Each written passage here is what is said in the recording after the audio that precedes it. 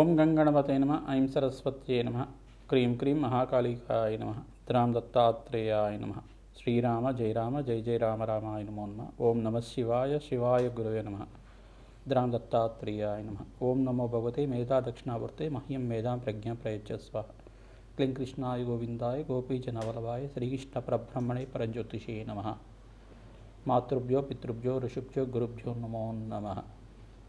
YouTube ప్రేక్షకులందరికీ కూడా నమస్కారం అండి.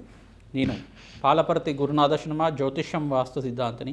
మీకంతా కూడా ప్రధానంగా ఇప్పుడు చెప్పబోయే టాపిక్ ఏంటిదంటే పూర్వజన్మం మరి కర్మ సిద్ధాంతం అంతా కూడా. పూర్వజన్మం అంటే ఏంటిది, పూర్వజన్మం నుంచి వచ్చిన కర్మ సిద్ధాంతం అంతా కూడా ఏ రకంగా జ్యోతిష్యంలో అంతా కూడా వివిధ మేషాది ద్వాదశ రాశుల వాళ్ళకి కర్మం అంటే ఏంటి, కర్మ సిద్ధాంతం అంటే ఏంటి, పూర్వజన్మలో చేసుకున్న కర్మ సిద్ధాంతం అంటే ఏంటి సంపూర్ణంగా విశ్లేషణ చేయడం జరుగుతుంది. మీకు లగ్నం తెలిసి ఉంటే లగ్నాన్ని చూసుకోండి. జన్మ లగ్నవశాత్తు ఈ యొక్క గ్రహస్థితి ఉంటాయి కనుక ఈ యొక్క కర్మల ప్రభావం వల్ల దైవ ఆగామి సూచిత సంచిత ప్రారంధ కర్మలు అని చెప్పేసి అంటారు అన్నమాట.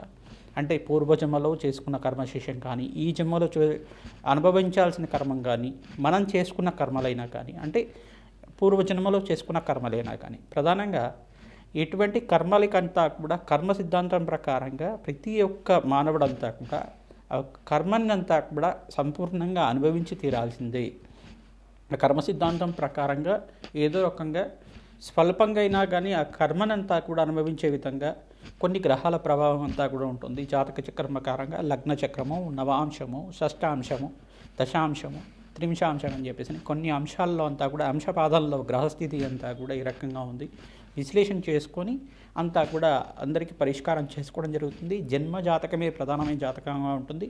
లగ్నం తెలిసి ఉంటే కనుక లగ్నాన్ని చూసుకోండి, లేదు రాశి తెలిసి ఉంటే కనుక రాశిని చూసుకోండి. కర్మ సిద్ధాంతం అంతా కూడా పూర్వకర్మ సిద్ధాంతం ప్రధానంగా చూసుకుంటే నవమస్థానాన్ని కేంద్రంగా చెప్తుంది. మరి ఆ నవమస్థానాన్ని అనుభవించే విధంగా చేసేది దశమస్థానం అంటుంది. ప్రధానంగా ఈ యొక్క మళ్ళీ లగ్నము శరీర కారకత్వాల గురించి చెప్తుంది. శరీరంలో మీరు ఎటువంటి ఆరోగ్యంగా ఉంటారు, ఎటువంటి అనారోగ్యాలతో ఇబ్బంది పడుతూ ఉంటారని చెప్పడం జరుగుతుంది. ద్వితీయ స్థానం కుటుంబ స్థానం గురించి చెప్తుంది, ధనయోగాల గురించి చెప్తుంది. ఈ స్థానాలు ప్రధానంగా చూసుకుంటే పుత్రస్థానం పంచమ స్థానం అవుతుంది. ఆకస్మిక వ్యయము ఆకస్మిక లాభాలంతా కూడా ప్రధానంగా చూసుకుంటే అష్టమ స్థానము ఆయు స్థానం చెప్తుంది. ఈ స్థానాలు ప్రధానంగా చూసుకుంటే వివాహ జీవితం కోసం సప్తమ స్థానం చెప్తుంది. ఈ కర్మ సిద్ధాంతాన్ని అనుసరించి గ్రహాల యొక్క కూటమి కలయిక వల్ల కొన్ని ప్రభావాలని చెప్తూ ఉంటుంది. ప్రధానంగా కర్మఫలదాత అంతా కూడా శనీశ్వరుడు, కానీ మనం అనుభవించే విధంగా చేసేవాడు రాహు. మరి కొన్ని గ్రహాల యొక్క ఉగ్రగ్రహాలు అని చెప్పేసి ఉంటాయి. ప్రధానంగా కొన్ని గ్రహాలతోటి ఒక కలయిక సంయోగం వల్ల వాటి ప్రభావం అంతా కూడా ప్రబలంగా అనుభవించే విధంగా చేస్తూ ఉంటాయి అన్నమాట. సూర్య రాహుల కలయిక కానీ సూర్య కేతు కలయిక కానీ ఇది గ్రహణ యోగం కింద మారుతూ ఉంటుంది. చంద్ర రాహుల కలయిక అనేది దుష్కర్మ కింద ఉంటుంది. గురు చండాల యోగం అనేది ఒక యోగం ఉంటుందన్నమాట. బృహస్పతి రాహు కలయిక అనేది కొన్ని స్థానాల్లో అది అవయోగం కింద మారుతూ ఉంటుంది. లగ్నవశాత్ అంతా కూడా విశ్లేషణ చేసుకోవడం జరుగుతుంది. మీ పూర్వజన్మలు చేసుకున్న పుణ్య ఫలితాన్ని ఈ జన్మలో అనుభవించే విధంగా, మరి ఇప్పుడు చేసుకున్న ఫలితాలంతా కూడా మరో జన్మలో అనుభవించే విధంగా దానికి కర్మ సిద్ధాంతం అంతా కూడా క్యారీ ఫార్వర్డ్ అవుతూ ఉంటుందన్నమాట. ప్రతి నిమిషం కూడా మీరు చేసుకున్న కర్మలు ఇక్కడ పుణ్యకర్మల్ని సంపూర్ణంగా అనుభవిస్తూనే మరి ఇంకా ఏమైనా బ్యాలెన్స్ ఉందా, కర్మం అంతా కూడా బ్యాలెన్స్ ఉందా. ఎప్పుడైనా కానీ కర్మ సిద్ధాంతం ప్రకారంగా పుణ్యము పాపము రెండు బ్యాలెన్స్గా ఉండాలి. మరి ఏది హెచ్చు తగులుగా ఉన్నా కానీ దాన్ని అనుభవించడానికి మరో జన్మ అనేది ఉంటుందన్నమాట. మోక్ష మార్గం కోసం పుణ్యకర్మలు ఆచరిస్తూ ఉండడం, దైవ కృప వల్ల మోక్ష స్థితి పొందడం అనేది కర్మ సిద్ధాంతం ప్రకారంగా సంపూర్ణంగా విశ్లేషణ చేయడం జరుగుతుంది. దైవ ఆగామి సుచిత సంచిత ప్రారంధ కర్మలు అని చెప్పేసి అంటారు. అంటే పూర్వజన్మలో చేసుకున్నది, ఈ జన్మలో చేయబోయేది, ఈ జన్మలో చేసింది, ఈ జన్మలో అనుభవించాల్సింది, మరి మరు జన్మలో కూడా ఇటువంటి కర్మలంతా కూడా క్యారీ ఫార్వర్డ్ అవుతూ ఉంటాయి. అంటే కర్మ సిద్ధాంతాన్ని ప్రకారంగా ప్రతి నిత్యం కూడా ఏమవుతుందంటే ఈ జన్మలో చేసుకున్న కర్మలంతా కూడా మిగిలిపోయి ఉంటాయి కనుక ఏదైనా రుణ బాధలు రుణశేషాలంతా కూడా ఉంటాయి కనుక మాతృ రుణం, పితృ పాత్ర రుణం, తర్వాత దైవ రుణం, ఋషి రుణం అని చెప్పేసి ఉంటూ ఉంటుంది. ఈ రుణాలంతా కూడా తీరాలి. రుణానుబంధ రూపేణ జన్మ సంసార బంధురాత అంటారు శ్రీకృష్ణ పరమాత్మ అంతా కూడా. ఈ రుణమంతా తీరిన తర్వాత తద్వారా భగవంతుడి యొక్క దయ వల్ల ప్రతి ఒక్క మానవుడికి, ప్రతి ఒక్క ఆత్మకంతా కూడా శరీరం అనేది ఉండదు. ఆత్మకి ఎటువంటి రాగద్వేషాలు ఉండవు. ఓన్లీ మనకు ఉండాల్సింది ఏంటిదంటే, ఆత్మకు ఉండాల్సింది ఏంటిదంటే, ఒకటి ఆత్మలో 2 రకాలు ఉంటాయి అన్నమాట. అంటే భోగ శరీరంతో ఉండేది కానీ, తర్వాత యాతనా శరీరంతో ఉండేది కానీ. ఈ ఆత్మ సిద్ధాంతం ప్రకారంగా చూసుకుంటే ఆత్మ శరీరాన్ని అంతే పొందుతూ ఉంటుంది, కానీ కొన్ని రాగద్వేషాలు అనేది ఉండవు. కానీ అనుభవించే విధంగా, అంటే భోగ శరీరంతో ఉండేది భోగభాగ్యాలతో అనుభవిస్తూ ఉంటుంది ఆత్మ. యాతనా శరీరంతో ఉండేది దుష్కర్మాలు చేసి ఉంటే కనుక నరక బాధలు అనుభవిస్తూ ఉండడం. ఇటువంటి ఇతిహాసం అంతా కూడా మనకి గరుడ పురాణంలో చెప్తూ ఉంటారు.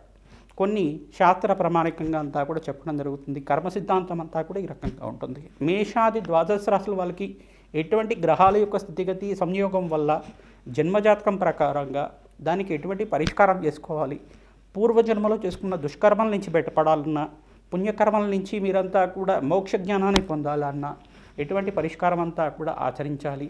అష్టైశ్వర ప్రాప్తి కోసం కానీ, సత్సంతాన యోగం కోసం కానీ, ఆలస్య సంతానం అవుతున్నా, అనుకున్న పనులంతా కూడా నెరవేరకపోయినా, ఆలస్యం అవుతున్నా, ఆటంకాలు ఉంటున్నా కానీ, ఎటువంటి పనిలు అనుకుంటున్నా కానీ దాని ఆటంకాలు జరుగుతున్నా కానీ దీనికంతా కూడా పరిష్కారం చెప్పడం జరుగుతుంది. ఈ యొక్క కర్మ సిద్ధాంతం ఎపిసోడ్లో అంతా కూడా ప్రధానంగా ఈ యొక్క పూర్వజన్మ కర్మ సిద్ధాంతము మరియు ఈ యొక్క కర్మయోగం అనేది ఎటువంటి ప్రభావాలంతా కూడా చూస్తున్నాయి. గ్రహ యొక్క దోషాలంతా కూడా ఎటువంటి గ్రహాలకంతా కూడా పరిహారం చేసుకోవడం వల్ల రాజయోగం సిద్ధిస్తుంది. సంపూర్ణమైన ఆనందమైన జీవితం జీవించిన తర్వాత, అష్టైశ్వర ప్రాప్తితోటి ఆనందమైన జీవితం జీవించిన తర్వాత మోక్ష జ్ఞానం పొందే విధంగా ఎటువంటి పరిహారాలంతా కూడా ఆచరించాలి, ఎటువంటి కర్మల వల్ల ఎటువంటి కర్మలు వస్తున్నాయి అనేది క్లుప్తంగా విశ్లేషణ చేయడం జరుగుతుంది. వృశ్చిక రాశి, వృశ్చిక లగ్న జాతకులకి ప్రధానంగా పూర్వకర్మ సిద్ధాంతం అంటే ఏంటి, పూర్వకర్మ దోషం అంటే ఏంటిది, ప్రధానంగా కర్మ సిద్ధాంతం ప్రకారంగా ఏ కర్మలు అనేది ఉంటాయి అనేది విశ్లేషణ చేయడం జరుగుతుంది. ప్రధానంగా గరుడ పురాణం ప్రకారంగా మీకు విశ్లేషణ చేస్తున్నాం. ప్రధానంగా శాస్త్ర ప్రామాణికంగా చెప్పడం జరుగుతుంది. ఈ ప్రధానంగా చూసుకుంటే వృశ్చిక రాశి జాతకులంతా కూడా, వృశ్చిక రాశి జాతకులు లగ్నం తెలిసి ఉంటే కనుక లగ్నాన్ని చూసుకోండి, లేదు రాశి తెలిసి ఉంటే కనుక రాశిని చూసుకోండి. ఏదైనా కానీ పర్వాలేదు, జన్మజాతకాన్ని అంతా కూడా విశ్లేషణ చేసుకోవడం వల్ల రాజయోగం తీస్తుంది. ప్రధానంగా చూసుకుంటే కనుక ఇక్కడ వృశ్చిక లగ్న జాతకులకి దైవ ఆగామి సూచిత సంచిత ప్రారంధ కర్మలు అని చెప్పేసి అంటారు. ప్రధానంగా పూర్వజన్మలో చేసుకున్న కర్మ సిద్ధాంతం ప్రకారంగా ఈ జన్మ అనేది అనుభవించే విధంగా వస్తుంది. ఈ జన్మలో చేసుకున్న పుణ్య ఫలితాలు కానీ దానివల్ల వచ్చే జన్మ అనేది రాసిపెట్టి ఉంటుంది. తద్వారా మోక్ష మార్గం కోసం జన్మలు ఎత్తుతూ ఉండడం, ఆ జన్మ నివారణ కోసం అనేది మోక్ష మార్గాన్ని ఎంచుకొని భగవంతుడి యొక్క సేవ చేసుకోవడం వల్ల రాజయోగం తీస్తుంది. ఆగామి సుచిత సంచిత ప్రారంధ కర్మలు అని చెప్పేసి అంటే పూర్వజన్మలో చేసుకున్న కర్మశేషం, ఈ జన్మలో ప్రారంధ కర్మలు, మరో జన్మలో చేసే కర్మశేషం అంతా కూడా ఈ యొక్క జన్మలో చేసుకున్న కర్మ సిద్ధాంతం బట్టి ఆధారపడి ఉంటుంది. తద్వారా మీరంతా కూడా భగవంతుడి ఆరాధన చేసుకోవడం, లగ్నాధిపతి, నవమాధిపతి, పంచమాధిపతి, దశమాధిపతి ఏ స్థానాల్లో ఉన్నారు, శనీశ్వరుడు ఏ స్థానంలో ఉన్నాడు, సప్తమాధిపతి అయిన శుక్రుడు ఏ స్థానంలో ఉన్నాడు, అంగారకుడు ఏ స్థానంలో ఉన్నాడు, అంగారకుడు పంచమ స్థానంలో రాహుతో పాటు కానీ కేతుతో పాటు కలిసి ఉంటే సంతాన దోషం అవుతుంది, ఆలస్య కళ్యాణాలు అవుతుంటాయి. సప్తమాధిపతి కొంచెం కేతుతో పాటు కానీ దుస్థానాల్లో కనుక ఉంటే కనుక మీకు ఆలస్య వివాహాలు అవుతూ ఉండడం, ఈ యొక్క అనారోగ్య సూచన అనేది చెప్తూ ఉండడం, మళ్ళీ ఆర్థిక ఇబ్బందులతో బాధపడుతూ ఉండడం, ఇటువంటి దుష్కర్మలు అయితే ఉంటుంది. ఎవరికైనా కానీ అప్పుల బాధలు అనేది తీరాలంటే కనుక ప్రధానంగా శుక్రుడికి, బృహస్పతికి, అంగారకుడికి, శనీశ్వరుడికి జపము హోమాది కార్యక్రమాలంతా కూడా ఆచరిస్తూ ఉండడం వల్ల కార్యసిద్ధి కలుగుతుంది. నవగ్రహాలకి అభిషేకం ఆచరిస్తూ ఉండండి, భగవంతుడి యొక్క సేవ చేస్తూ ఉండండి. ఆత్మకి ఎటువంటి కర్మలు ఉండవు. ప్రధానంగా ఆత్మకంతా కూడా ఉండేది భోగ శరీరము, యాతనా శరీరం మాత్రమే ఉంటుంది. మోక్ష మార్గాన్ని ఎంచుకునే విధంగా ఈ శరీరాన్ని అంతా కూడా పొందడం, తద్వారా ఎవరైతే కనుక పుణ్యకర్మలు ఆచరిస్తుంటారో పుణ్యలోక ప్రాప్తి కలుగుతుంది, ఎవరైతే దుష్కర్మలు చేస్తుంటారో నరకలోక ప్రాప్తి కలుగుతూ ఉంటారు. ఇటువంటి దోష నివారణ కోసం ప్రతినిత్యం కూడా గోమాత సేవ చేయండి. ఏదన్నా ఒక నామాన్ని కానీ, ఏదన్నా ఒక నామస్మరణ కానీ ప్రతినిత్యం కూడా ధ్యానం చేసుకుంటడం, జపాన్ని ఆచరించడం, సంకల్పం చెప్పుకొని అంతా కూడా ఆచరించడం, భగవంతుడు ఇష్టదేవత ఆరాధన చేసుకోవడం వల్ల రాజయోగం తీస్తుంది, అష్టైశ్వర ప్రాప్తి కలుగుతుంది, రుణబాధలంతా కూడా విమోచన కలుగుతుంది. మాతృ రుణం, పితృ రుణం, భాతృ రుణం, దైవ రుణం, ఋషి రుణం అనేది ఉంటుందన్నమాట.